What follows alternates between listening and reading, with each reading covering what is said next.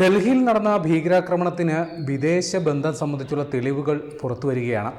കാരണം ഈ ആക്രമണം നടത്തിയ ഡോക്ടർ മുഹമ്മദ് ഉമർ നബി എന്ന് പറയുന്നയാളും ഇയാളുടെ പങ്കാളികളായ ഡോക്ടർ മുസമിൽ ഷക്കീൽ, ഡോക്ടർ അദിൽ റത്തീർ, അതേപോലെ തന്നെ ഒരു വനിത ഡോക്ടർ ഷഹീൻ ഷയീദ്, ഇവരെല്ലാം ഒരേ മാലയിലെ മുത്തുകളാണ്. ഇവരെല്ലാം പരസ്പരം ബന്ധപ്പെട്ട് പ്രവർത്തിക്കുന്ന ആളുകളാണ് എന്നുള്ളത് നമുക്കറിയാം. ഇതുകൂടാതെ ഇവർക്ക് ഇതിനു വേണ്ട പ്രേരണ നൽകിയ അയാളെയും ഇപ്പോൾ അന്വേഷണ സംഘം കണ്ടെത്തിയിട്ടുണ്ട്. അദ്ദേഹത്തിൻ്റെ പേര് ഇമാം ഇർഫാൻ അഹമ്മദ് എന്നാണ്. ഇദ്ദേഹം ജമ്മു കാശ്മീരിലെ ഷോപ്പിയാൻ സ്വദേശിയാണ്. ഇദ്ദേഹം ഒരു ഈ മത പുരോഹിതനാണ്. അതിനു മുമ്പ് ഇയാൾ ഈ മതപ്രബോധനങ്ങൾ നടത്തുന്നതിന് മുൻപ് ഇയാൾ ശ്രീനഗറിലെ ഗവൺമെൻറ് മെഡിക്കൽ കോളേജിൽ പാരാമെഡിക്കൽ സ്റ്റാഫാണ്. അപ്പോൾ ഇയാൾക്ക് മെഡിക്കൽ ഫീൽഡുമായിട്ട് വലിയ ബന്ധമുണ്ട്. അപ്പോൾ ഇതുമായി ബന്ധപ്പെട്ട് ഇദ്ദേഹം ഈ മെഡിക്കൽ വിദ്യാർത്ഥികളെ അടക്കം നിരന്തരമായി നിരീക്ഷിക്കുകയും അവരെ ഈ തീവ്രവാദ ആശയങ്ങളുമായി അടുപ്പിക്കുകയും ചെയ്ത ആളാണ് ഇമാം ഇർഫാൻ അഹമ്മദ്. അപ്പോൾ ഇദ്ദേഹം ഈ ഷോപ്പിയാനിൽ നിൽക്കുമ്പോൾ തന്നെ അവിടുത്തെ ഫരീദാബാദ് മെഡിക്കൽ കോളേജ് സ്റ്റുഡൻസിനെ വലിയ രീതിയിൽ സ്വാധീനിച്ചു. അപ്പോൾ അതിന് ഇയാളെ സഹായിച്ചത് ഇവരിൽ പലരും ഈ നിരന്തരമായി പള്ളിയിൽ ദേവാലയത്തിൽ പ്രാർത്ഥനയ്ക്ക് വരുന്ന പലരെയും നിരീക്ഷിക്കുകയും അവരെ സമീപിക്കുകയും അവരുമായി ആശയവിനിമയം നടത്തുകയും അവരെ ഈ തീവ്രവാദ ആശയത്തിലേക്ക് ആകർഷിക്കുകയും ചെയ്തു എന്നാണ് അന്വേഷണ സംഘം കണ്ടെത്തിയിരിക്കുന്നത്. അപ്പോൾ ഈ ഇമാം ഇർഫാൻ അഹമ്മദ് അടക്കം 7 പേരെ ഇപ്പോൾ അന്വേഷണ സംഘം പിടികൂടിയിട്ടുണ്ട്. അപ്പോൾ ഇവർക്ക് ഈ ജെയ്ഷെ മുഹമ്മദുമായിട്ട് വലിയ ബന്ധമുണ്ട്. അപ്പോൾ ഈ വിദ്യാർത്ഥികളെ അടക്കം ഈ ജെയ്ഷെ മുഹമ്മദിൻ്റെ പ്രചാരണ കാര്യങ്ങൾ നിരന്തരം അവരെ കാണിക്കുകയും അവരെ ഈ ജെയ്ഷെ മുഹമ്മദുമായി ബന്ധപ്പെട്ടിട്ടുള്ള കാര്യങ്ങളിൽ അവരെ പങ്കാളികളാക്കുകയും ചെയ്തിട്ടുണ്ട് ഈ ഇമാം ഇർഫാൻ അഹമ്മദ് എന്നുള്ളതാണ് അന്വേഷണ സംഘം കണ്ടെത്തിയേക്കുന്നത്. അപ്പോൾ അത് ഈ ജെയ്ഷെ മുഹമ്മദ് പാകിസ്ഥാൻ ആസ്ഥാനമായി പ്രവർത്തിക്കുന്ന ഒരു ഭീകരവാദ സംഘടനയാണ്. അപ്പോൾ അവരുമായി നേരിട്ട് സമ്പർക്കം പുലർത്തിയിരുന്ന ആളാണ് ഈ ഇമാം ഇർഫാൻ അഹമ്മദ് എന്ന് പറയുന്നയാൾ. അതോടൊപ്പം ഇയാൾക്ക് അഫ്ഗാനിസ്ഥാനിലെ ചിലരുമായിട്ടും ബന്ധമുണ്ട്. അപ്പോൾ അവരുമായും നിരന്തരം ഇദ്ദേഹം ഈ ഓൺലൈൻ വഴി ബന്ധപ്പെട്ടിരുന്നു എന്നാണ് അറിയാൻ സാധിക്കുന്നത്. അപ്പോൾ ഇവർക്ക് ഈ ഉയർന്ന ഉന്നത വിദ്യാഭ്യാസമുള്ള ആൾക്കാരെ അടക്കം, അതായത് ഇപ്പോൾ പിടിയിലായ 4 പേരും ഡോക്ടർമാരാണ്. അപ്പോൾ ഇത്തരത്തിൽ ആതുര സേവന രംഗത്ത് പ്രവർത്തിക്കാൻ പര്യാപ്തമായ വിദ്യാഭ്യാസം നേടിയവർ, അല്ലെങ്കിൽ ജീവൻ സംരക്ഷിക്കാൻ വേണ്ടി ചുമതലയെടുത്ത് അതിനു വേണ്ട ജോലി ചെയ്യുന്നവർ എങ്ങനെ ഭീകരവാദികളായി എന്നുള്ള ചോദ്യമാണ് അവശേഷിക്കുന്നത്. അപ്പോൾ ഈ ഭീകരവാദത്തിന് അത് ഏതുതരം വിദ്യാഭ്യാസമെന്നോ അല്ലെങ്കിൽ അത്തരം സാമൂഹ്യ ബോധമെന്നോ യാതൊരു നോട്ടവുമില്ല എന്നിപ്പോൾ നമുക്ക് ബോധ്യമായിരിക്കുകയാണ്. നമ്മുടെ മുൻപിൽ ഒരു ഭീകരവാദി എന്ന് പറഞ്ഞു കഴിഞ്ഞാൽ നമ്മുടെ മുമ്പിൽ വരുന്ന ചിത്രം ബാല്യകാലത്ത് കൊടിയ പീഡനം നേരിട്ടവർ, വിദ്യാഭ്യാസമില്ലാത്തവർ, തൊഴിലില്ലായ്മ അനുഭവിക്കുന്നവർ, മറ്റ് ഉപജീവന മാർഗമില്ലാതെ ഭീകരവാദത്തിൽ അതിൽ പോയി കഴിഞ്ഞാൽ ധാരാളം പണം കിട്ടും. ഈ ഒരു കാര്യത്തിൽ ഭീകരവാദത്തിൽ ആകൃഷ്ടരായിട്ട് വരുന്ന ഏറെക്കുറെ പേരുണ്ട്. പക്ഷേ ഇവിടെ കൃത്യമായ ജോലിയും, അതായത് സാമൂഹ്യ മധ്യത്തിൽ നല്ല ഒരു പദവിയിലിരിക്കുകയും പൊതുജനങ്ങൾക്ക് മുമ്പിൽ ഒരു നന്മമരം ചമയുകയും എന്നാൽ ഇരുട്ടിൻ്റെ മറവിൽ ഭീകരവാദ പ്രവർത്തനങ്ങൾ നടത്തുകയും ചെയ്യുന്ന വലിയൊരു വിഭാഗം നമുക്കിടയിലുണ്ട് എന്നുള്ള തിരിച്ചറിവാണ് ഡൽഹി ഭീകരാക്രമണം നടത്തുന്നത്. അന്വേഷണ സംഘം ഇതിനെ വൈറ്റ് കോളർ ടെററിസം എന്ന പേരിട്ട് വിളിക്കുന്നു. അതായത് വെള്ളക്കോട്ടിട്ട ടെററിസം. ഡോക്ടർമാർ വെള്ളക്കോട്ടാണല്ലോ അവരുടെ യൂണിഫോമായി ധരിക്കാറ്, അതുകൊണ്ടാണ് ആ പേര് കൊടുത്തേക്കുന്നത്.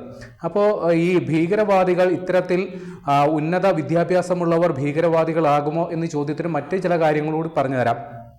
അതായത് അന്താരാഷ്ട്ര ഭീകരവാദ സംഘമായ IS അതിൻ്റെ തലവനായ അബൂബക്കർ അൽ ബഗ്ദാദി എന്ന് പറയുന്നയാൾ, അദ്ദേഹം ഒരു PhD കാരനാണ്, ഡോക്ടറേറ്റ് ആണ്. ഇസ്ലാമിക പഠന വിഷയങ്ങളിൽ ഡോക്ടറേറ്റ് നേടിയ ആളാണ് ഈ അബൂബക്കർ അൽ ബഗ്ദാദി എന്ന് പറയുന്നയാൾ. അതേപോലെ അൽ ഖായിദയുടെ നേതാവ് ഐമൻ അൽ സവാഹിരി എന്ന് പറയുന്നയാൾ ഒരു സർജനാണ്. അതേപോലെ അൽ ഖായിദയുടെ നേതാവ് ബിൻ ലാദൻ, അദ്ദേഹം ഒരു സിവിൽ എഞ്ചിനീയറാണ്.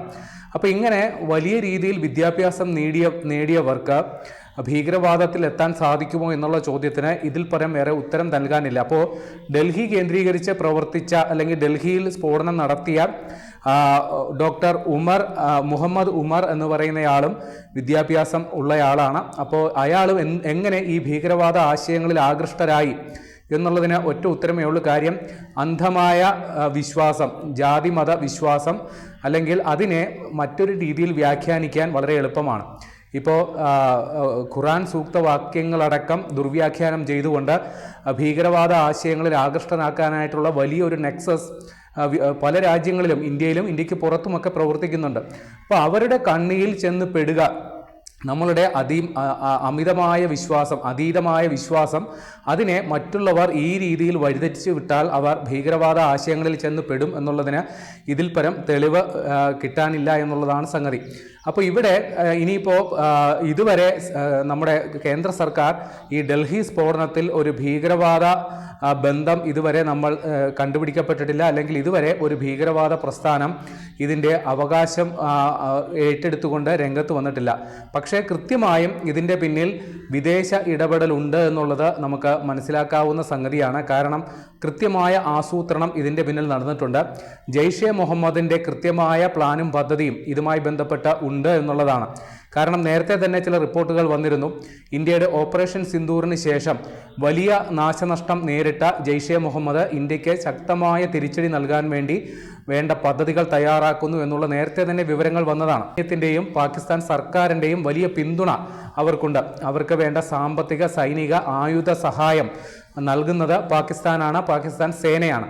അപ്പം അത്തരത്തിൽ ഇന്ത്യക്കെതിരെ ശക്തമായ തിരിച്ചടി നൽകാൻ കിട്ടുന്ന അവസരം അവർ നോക്കിയിരിക്കുകയായിരുന്നു.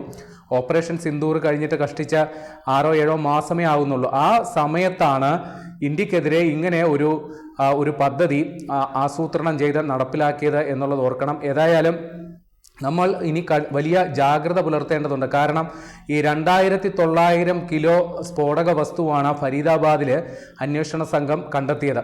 അപ്പോൾ അതിൽ എത്രമാത്രം സ്ഫോടക വസ്തു ഡൽഹിയിൽ സ്ഫോടനത്തിന് ഉപയോഗിച്ചു എന്നുള്ളത് വ്യക്തമല്ല.